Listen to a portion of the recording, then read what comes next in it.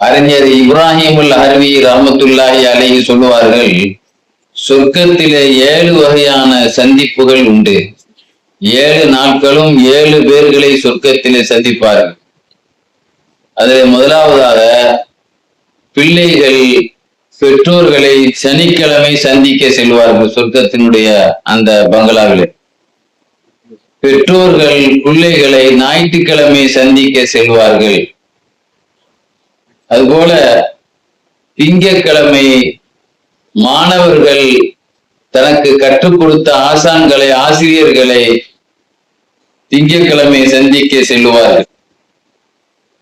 செவ்வாய்க்கிழமை ஆசிரியர்கள் தங்களிடம் படித்த மாணவர்களை சந்திக்க செல்வார்கள்.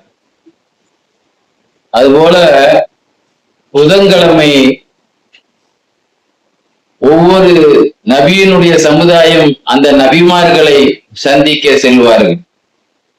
வியாழக்கிழமை நபிமார்கள் தங்களுடைய சமுதாயத்தை சந்திக்க செல்வார்கள். அந்த அடிப்படையில நம் உயிரினும் மேலான கண்மணி நாயகம் ஸல்லல்லாஹு அலைஹி வஸல்லம் அவர்கள் உம்மத்தை சந்திக்க செல்லக்கூடிய நாள் வியாழக்கிழமை.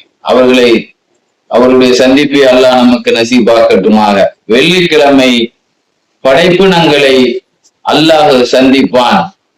ஆக உலமாக்கள், உஸ்தாதுமார்கள், ஆசிரியர்களுடைய சந்திப்பு முக்கியம் என்பது என்றாலும், பெற்றோர்களுடைய சந்திப்பு முக்கியம் என்று இருந்தாலும், வியாழனும் வெள்ளியும் நடைபெறக்கூடிய நம் உயிரின் மேலான கண்மணி நாயகத்தினுடைய சந்திப்பையும், வெள்ளிக்கிழமை நடைபெறக்கூடிய அல்லாஹ்வுடைய சந்திப்பையும் அல்லாஹ் நமக்கு நசீபாக்கி தருவானாக.